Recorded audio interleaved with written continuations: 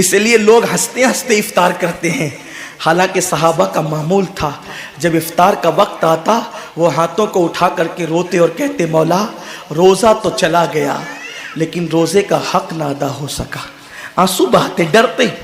لیکن آج ایسا کچھ بھی نہیں ہے، ہماری ساری نیتیں تو دسترخوان پہ لگی ہوتی ہے افطار کے وقت۔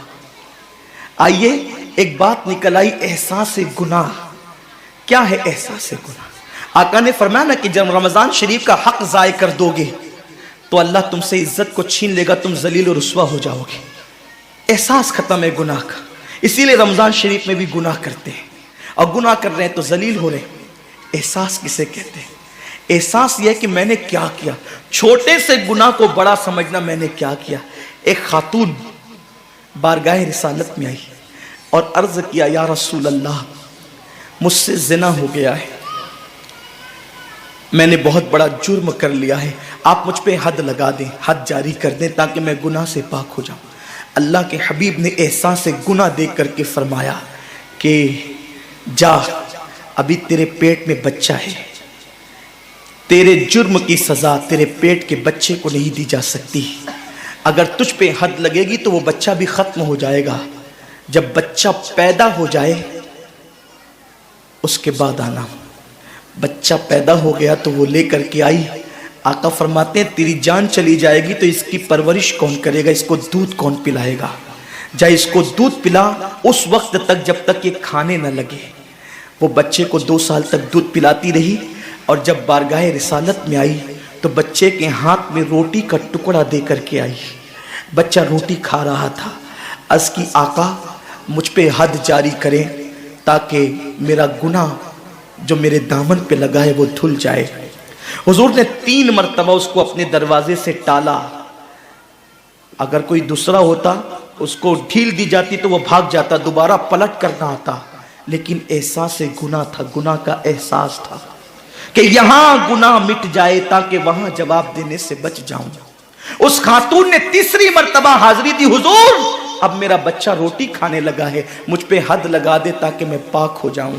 اللہ کے حبیب نے فرمایا اللہ کی بندی، جب اللہ نے تیرے جرم پہ پردے ڈال دیے تھے تو تو نے اظہار جرم کیوں کیا؟ اب چونکہ تو جرم کا اظہار کر چکی ہے، اقبال گناہ کر چکی ہے، اب تجھ پہ حد لگائی جائے گی۔ اور اس کو سنگسار کر دیا گیا۔ جب وہ مر چکی اور اس کو دفن کر دیا گیا تو کسی نے کہا کتنی بدبخت تھی وہ عورت جس نے رسول پاک کے دور میں منہ کالا کیا۔ میرے نبی نے فرمایا تو اس کا گناہ دیکھتا ہے، تو اس کا احساس گناہ نہیں دیکھتا۔ اس نے ایسی توبہ کی ہے، اگر اس کی توبہ 70 جہنمیوں پہ تقسیم کی جاتی تو اللہ ان کو بھی جنت عطا فرما دیتا۔ آقا کریم صلی اللہ علیہ وسلم فرماتے ہیں جو رمضان شریف میں گناہ کبیرہ کرتے ہیں، اب گناہ کبیرہ کی بہت بڑی تعریف ہے، اس کو نہیں بیان کروں گا، لیکن جو گناہ کبیرہ بڑا گناہ کرتے ہیں، پہلی بات تو چونکہ میرا مسلک صوفیہ ہے، صوفیہ سے کسی نے پوچھا کہ گناہ بڑا کیا ہے؟ امام غزالی فرماتے ہیں نہ کوئی گناہ چھوٹا ہے نہ کوئی گناہ بڑا ہے، بات تو یہ ہے جس گناہ پر خدا تیری پکڑ کر لے وہی گناہ سب سے بڑا ہے، اور جس نیکی پر خدا تجھے بخش دے وہی نیکی سب سے بڑی ہے۔ کسی گناہ کو چھوٹا سمجھ کے مت کرو، پتہ نہیں وہ کس گناہ پہ ناراض ہو جائے۔ تو اللہ کے حبیب صلی اللہ علیہ وآلہ وسلم فرماتے ہیں جو رمضان شریف میں بڑا گناہ کبیرہ گناہ کرتے ہیں، سال بھر تک فرشتے اس پہ لعنت کرتے رہتے ہیں، اور اگر اسی سال اس کو موت آ جائے، اسی سال جس نے ماہ رمضان میں گناہ کبیرہ کیا تھا، اس نے بڑا گناہ کیا تھا، اب بڑے بڑے گناہوں کو گنایا گیا۔ مثال کے طور پر کسی عورت پر غلط نیت سے نظر ڈالنا یہ گناہ کبیرہ ہے، جھوٹی قسم کھانا یہ گناہ کبیرہ ہے، ناپ تول میں کمی کرنا یہ گناہ کبیرہ ہے، کسی کو دیکھ کر اس کا مذاق اڑا کے دل دکھانا یہ گناہ کبیرہ ہے، کسی کی امانت میں خیانت کرنا یہ گناہ کبیرہ ہے، ماں باپ کا دل دکھانا یہ گناہ کبیرہ ہے، کفر کرنا یہ گناہ کبیرہ ہے، بلکہ اکبر الکبائر ہے۔ की फहरिस्त इमाम सुयूती ने गिनाई है और फिर 70 की फहरिस्त गिनाने के बाद फरमाते हैं 70 पर यानी 1 2 3 4 वाला 70 नहीं, बल्कि अल्लाह के हबीब ने यहां जो 70 फरमाया है ये 70 गिनती वाला 70 नहीं है, बल्कि कसरत बताने के लिए 70 है। जैसे कि हम कहते हैं ना, मैंने तुझे 50 बार समझाया तू नहीं माना, मैं 100 बार तेरे घर आया तू नहीं मिला, तो इसका मतलब ये नहीं कि 99 के बाद एक जो मिला करके आता है वो 100 नहीं, गिनती का 100 नहीं। यहां 100 बताना कसरत बताने के लिए है, यहां 50 कहना कसरत बताने के लिए है। तो अल्लाह के हबीब फरमाते हैं 70 बड़े गुनाह है, यानी इतनी तवील तादाद में इतनी कसरत से है बड़े गुनाह कि तुम उनको शुमार नहीं कर सकते। बस इतना कि जिस गुनाह पे खुदा नाराज हो जाए वो बड़ा गुनाह। तो जिसने रमजान शरीफ में कस्तन बड़ा गुनाह किया, कस्तन, नमाज को छोड़ना भी गुनाह है, कबीरा है, नमाज को तर्क करना भी गुनाह है, कबीरा है। मेरे आका सल्लल्लाहु अलैहि वसल्लम के दीवानों, खेल कूद में वक्त को जाय करना, वक्त का जिया, ये भी गुनाह है, कबीरा है। आका फरमाते हैं जिसने रमजान शरीफ में गुनाह कबीरा किया, उस रमजान से लेकर आने वाले रमजान शरीफ तक फरिश्ते उस पर लानत करते। ये लानत क्या है? लानत समझते हैं? लानत का मतलब यह है जिस पे लानत पड़ी वो हमेशा के लिए अल्लाह की रहमत से दूर हो गया। इंसान की लानत क्या है? इंसान की लानत, एक जानवर पर हुजूर अलैहिस्सलातु व तस्लीम किसी सहाबी के जानवर पर बैठे थे, वो धीरे चल रहा था, किसी ने कह दिया कि इस पे लानत हो, ये धीरे चलता है। हुजूर अलैहिस्सलाम ने उस जानवर के नीचे उतरकर फरमाया जिस पे लानत कर दी गई मैं उस जानवर पे सवारी नहीं कर सकता। ये एक इंसान की लानत का असर है। जिस पे मासूम फरिश्ते लानत करे उसका अंजाम क्या होगा? वो भी 1 2 लानत नहीं। रमजान शरीफ को छोटा मत समझिए।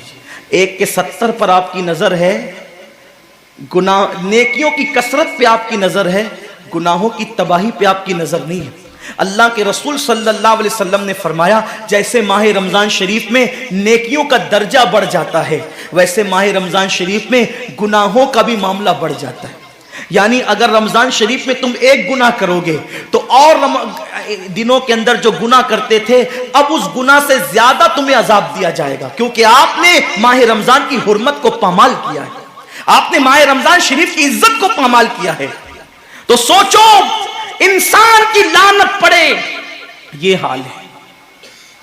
तो जिस पे फरिश्तों की, वो भी 1 2 नहीं, पूरे साल तक फरिश्ते लानत करते हैं। और अल्लाह के नबी सादिक व मसदूक नबी ने फरमाया कि अगर वो उसी साल रमजान शरीफ आने से पहले पहले मर जाए तो उसके पास कोई नेकी नहीं होगी जो उसको जहन्नम की आग से बचा सके, और उसका ठिकाना तो जहन्नम ही होगा। खुदा के लिए अपने हाल पे रहम करो, अपने आप को जहन्नम का ईंधन मत बनाओ। हमारा जिस्म इतना ताकतवर नहीं है कि हम अपने जिस्म पर जहन्नम के अजाब को बर्दाश्त कर सके।